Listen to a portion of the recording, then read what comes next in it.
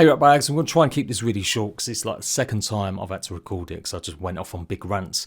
Effectively, ARK and their remaster have had this content roadmap and it's pretty much changed and evolved already, so this is already out of date. But this was the one that was kind of given a few months after release, and that was after already delaying certain things like Scorched Earth, which was meant to have arrived in December 2023 and then got pushed back a whole 3 months.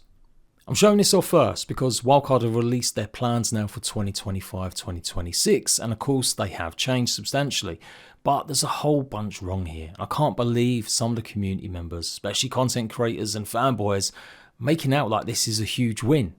So I'm going over that as briefly as I can in about 5 points, talking everything wrong with ARK in 2025.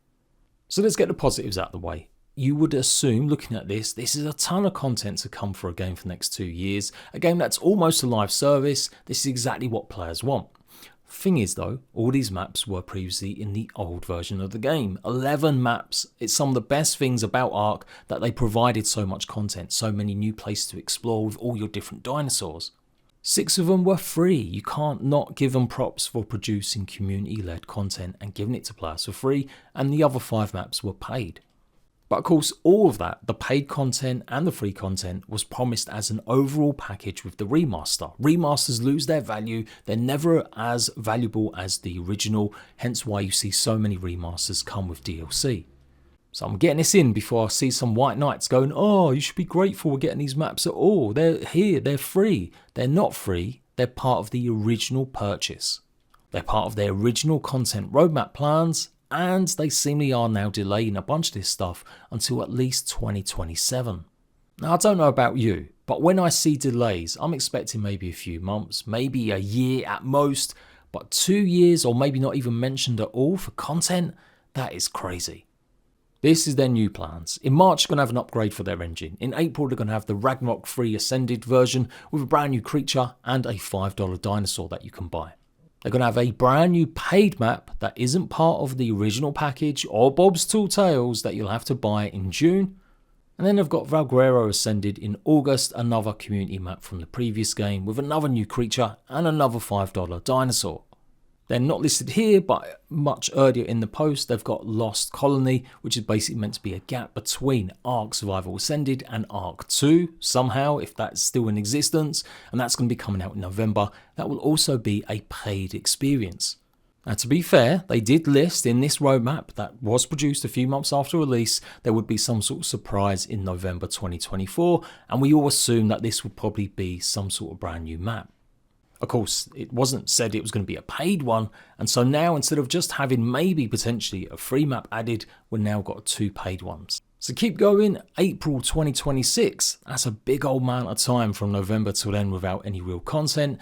They are going to release Genesis, which is one of their last paid DLCs, and they're also going to have their brand new season pass launch alongside part 1 of Genesis. And then in August, again, another big gap, they're going to have Genesis part 2, and obviously part 2 of their season pass that you have to pay for again. And then in December, they're going to have Fjordor Ascended with the community voted free creature, and they're also going to have another free Fantastic Tames, basically another $15 worth of 1, 2, maybe 3 dinosaurs only that you'll be able to pay for in a year. So far, 2026 is looking extremely light compared to other years. And the devs' excuse is they want to spend more time on things like Genesis Part 1 and 2, maybe because the reception to some of the maps they've already released has been lukewarm. So at face value, we've got to wait a whole year extra to get most of the content now finished. We're missing out on Crystal Isles and Lost Island completely, with no mention of these actually appearing in 2026. If they're literally saying that they're going to have Fjordor arrive in 2026, why would they not have Crystal Isles and Lost Island unless they've been cancelled or delayed until 2027? So it's either a whole year delay with content not being delivered that you've paid for, or it's going to be 2 years delay if they have got some sort of plans for Crystal Isles and Lost Island to be finished in 2027. For a fucking remaster. A remaster that's meant to arrive with all of its previous DLC included. So no, I don't think it's a good thing their season pass has got all of these delays. Yeah, it's maybe good they've let us know some of it, but they still have left out crucial bits of information. I would love to be part of their meetings, who decides how to word this stuff and who really has the final opinion about what to include, because you're literally brain dead if you're not going to include two things you've already announced, like Crystal Isles and Lost Island. They're not even really the community's favourite maps. I don't think anyone would be that upset if they didn't actually get ported over, or yeah, you were just planning to delay them until 2027. Just be upfront with people. For sure, players have got really bored of playing the old maps. The game engine looks great, but performance issues still persist in ARK Survival Ascended. Despite all the claims otherwise, it isn't as good as it was promised. That's borne out by the 60% positive review scores that it's finally managed to creep up to over the last year and a bit. But still, on the regular occasions, getting beaten by the amount of players still playing the old version of the game. So no, I'm not patting them on the fucking back for basically giving us a now year delay for our content we bought and paid for, and for now just seemingly cutting out two maps and instead replacing them with two paid ones. As said, Wildcard were always good at providing community with free content in the past. Then free maps really meant a lot to people, and it meant that if you didn't have the money for the paid DLC, you still got to have some new experiences. So to go from that to now having the only new experiences that you can have are now going to be paid, plus $35 on 7 fantastic tames if you buy them all in the next 2 years. Plus, take into account Bob's Tall Tales, their season pass that was extra, that you had to pay extra for, on top of the remaster and everything else, and another season pass that's coming with the Genesis.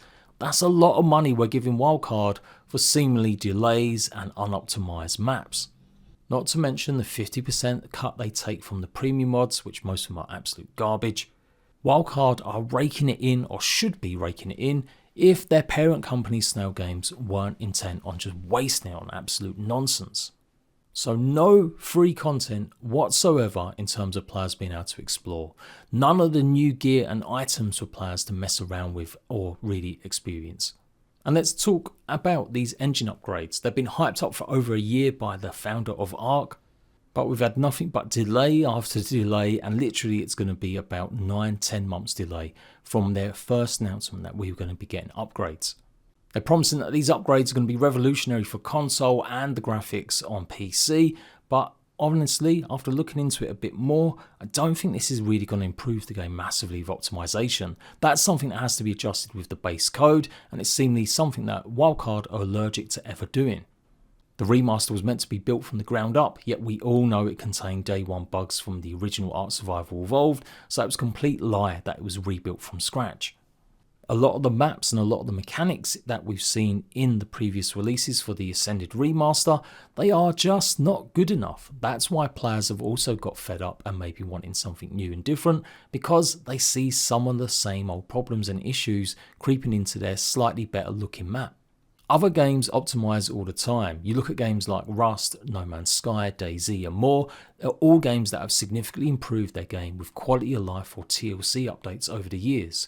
Rust is probably the best version to talk about because every month they get improvements. They also get new content and they don't have to wait for an engine upgrade. You take a look at the patch notes for ARK Survival Ascended over the last year and a bit, and the vast majority are hotfixes, or they're the paid DLC content like Bob's Tall Tales adding new features. Instead of a lot of the stuff that Bob's Tall Tales has offered, which is effectively quality of life with all the new crafting stations, new gear and items being just for free, they basically shipped it as paid content. So many of the problems and issues in ARK result in massive bug fix updates that make you seem like the game is getting a lot of attention, but in reality it's basically just firefighting. And that's because Wildcard basically shit these stuffs out and then worry about fixing it later, or just not at all, just like they did with the first game. And again, you can do this yourself, go and research, look up No Man's Sky patch notes, look at other games where they're persisting for a long time like DayZ, and just see the kind of content they're changing or iterating on to improve the experience. ARK used to have the TLC updates, but they only managed to put 3 of them out on the old version of ARK in about 6 years. They just don't have the same attention to detail to improving their game unless they can find some way to monetize it. So delays to content, monetizing the free content that we probably would or should have got, and now also adding pretty much not getting the game up to scratch or taking forever to get around to it or relying on engine upgrades. I mentioned the fantastic tames, I'm going to go on about them again. As I said, 7 creatures, $35 over 2 years. Scorched Earth was $15 pretty much, I think, when it launched, maybe 20 at most, and that had about 14 new creatures in it. Why the fuck are we allowing Wildcard to keep adding brand new OP tames that completely break the balance of the game, that literally are paid to win, and keep adding more and more? The Dreadmare and the other stupid one literally are just so OP, they are literally making players' lives miserable because they're on official servers. It's crazy how much ARK is really being picked apart and resold as just every way possible. We only get hotfixes for their shoddy updates that get rushed through, that don't go through cert first time because they're not being quality tested enough. The only free exploration experiences you're now getting from the base game makers are nothing. You have to pay for them now. We've had maps removed, maps now actually releasing but not really in the promised good state, or simply just being hit and miss. Scorched Earth and Extinction was okay, although there's problems with Extinction stuff. Center Map and Aberration was kind of jank. So to me, really, the coin is 50-50 on whether or not the actual remaster is really improving or adding the experience to ARK fans that they really deserve or want. Roadmaps can change. I'm not even that really upset about the fact that some things have gone maybe in different order with ARK. Valheim famously caught some flack for not delivering everything they promised in 2021, but it's different. This game reached 10 million players in 6 months, a viral sensation, only 6 developers working on it at that time. They had a plan to get this game done and dusted within a year and a half and just move on, but because they made so much more money, they were getting so much more feedback from all sorts of players, it meant they could spend more time. Instead of adding just a couple new creatures and basically calling it quits, or a new biome that they'd already had in the game, more or less it just needed being fleshed out more, they decided to actually iterate on it, really make the updates as best as they could, but also providing good quality of life updates, making sure the game run like butter. So although some fans still try and chuck this in Valheim's face, and the fact is it's a game that's now in early access for 4 years, the review scores for Valheim are crazy high in the 90 percentile because it's a great game made by passionate developers trying to do the best they can but also give the best experience. Wildcard are not doing that. ARK sold 1 million copies in its first month. It sold another 1 million copies in Xbox's first launch. On PlayStation it sold 1.4 million copies in its first 6 weeks. According to their own actual data on their actual tax files and stuff, they reckon they're reaching over 87 million ARK players. Whether that's mobile, console or PC, that's the kind of reach that they have got, and the 1.3 billion that they've generated over their lifetime should be more than enough to make sure that content gets delivered on time, or at least is really improved. It is just what I've always said it was. This remaster was a quick cash grab because they were running out of money because their parent company decided to spend it all on stupid shit like electronic cars, or funding stupid other projects like Atlas that are now literally vapeware. It was absolutely fanciful that this content roadmap was ever going to be delivered, only if they had their whole team working on it and maybe not all working on ARK 2, which, yeah, is the case. They're meant to still have a team working on that game while also having a team working on this. We know they kind of changed course and decided that they would focus a bit more on ARK Survival Ascended, hence why maybe ARK 2 has been delayed indefinitely. And I've got no problem with that, because you've sold this game. You need to deliver on what you've promised, what you've actually sold. ARK 2 is still just a figment of people's imagination right now. No one's paid any money for it. It's no loss if it keeps getting delayed.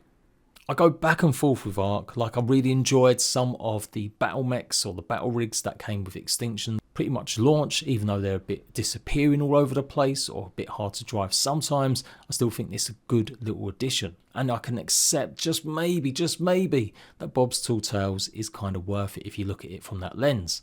But everywhere you look, Wildcard is making money from some way, shape or form, and still not just delivering the content they promised. And this is the kind of thing that makes me regularly quit ARK and decide to come back because I see something cool.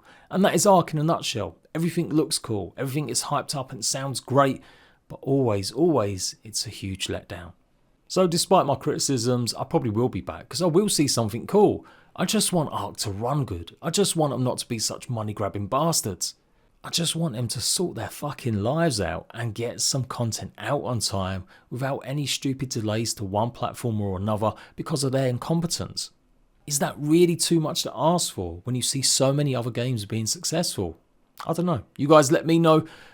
Good, bad, agree, disagree. I'll see you ratbags later.